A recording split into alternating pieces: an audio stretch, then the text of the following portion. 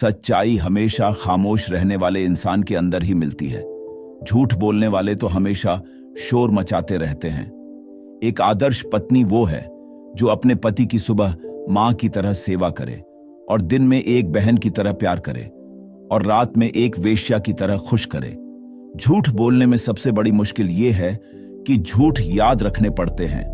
आग में आग नहीं डालनी चाहिए, अर्थात क्रोधी व्यक्ति को अधिक क्रोध नहीं दिलाना चाहिए।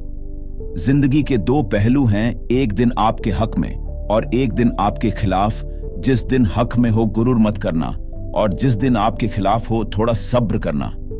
कठिन समय के लिए धन की रक्षा करनी चाहिए। समझदार इंसान अपनी समझदारी की वजह से चुप हो जाता है और मूर्ख इंसान को लगता है कि मेरे डर की वजह से चुप हो गया। विचार ना करके कार्य करने वाले व्यक्ति को लक्ष्मी त्याग देती है। पति पत्नी को एक दूसरे का अपमान कभी तीसरे के सामने नहीं करना चाहिए और ना ही दूसरे के सामने एक दूसरे का मजाक उड़ाना चाहिए। मनुष्य की वाणी ही विष और अमृत की खान है। जहां लक्ष्मी का निवास होता है वहां सहज ही सुख संपदा आ जुड़ती है। अपने व्यवहार में बहुत सीधे ना रहें। आप यदि वन जाकर देखते हैं तो पाएंगे कि जो पेड़ सीधे उगे उन्हें काट लिया गया और जो पेड़ आड़े तिरछे हैं वो खड़े हैं। इंसान की समझ केवल इतनी सी है कि उसे जानवर कहो तो नाराज हो जाता है और शेर कहो तो खुश हो जाता है। जैसे एक बछड़ा हजारों गायों के झुंड में अपनी मां के पीछे चलता है, उसी प्रकार आदमी के अच्छे और बुरे कर्म उसके पीछे चलते हैं। एक समझदार आदमी को सारस की तरह होश से काम लेना चाहिए और जगह, वक्त और अपनी योग्यता को समझते हुए अपने कार्य को सिद्ध करना चाहिए। गरीब धन की इच्छा करता है, पशु बोलने योग्य होने की, आदमी स्वर्ग की इच्छा करते हैं और धार्मिक लोग मोक्ष की।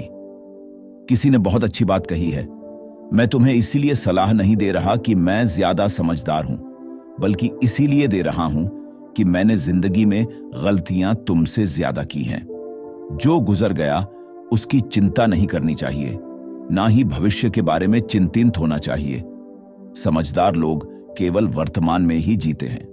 ये मत सोचो कि प्यार और लगाव एक ही चीज है, दोनों एक दूसरे के दुश्मन हैं। ये लगाव ही है जो प्यार को खत्म कर देता है। फूलों की खुशबू हवा की दिशा में ही फैलती है, लेकिन एक व्यक्ति की अच्छाई चारों तरफ फैलती है। अकड़ और अभिमान एक मानसिक बीमारी है जिसका इलाज कुदरत और समय जरूर करते हैं। जिस आदमी से हमें काम लेना है उससे हमें वही बात करनी चाहिए जो उसे अच्छी लगे। जैसे एक शिकारी हिरण का शिकार करने से पहले मधुर आवाज में गाता है। एक संतुलित मन के बराबर कोई तपस्या नहीं है, संतोष के बराबर कोई खुशी नहीं है, लोभ के जैसी कोई बीमारी नहीं है, दया के जैसा कोई सदाचार नहीं है।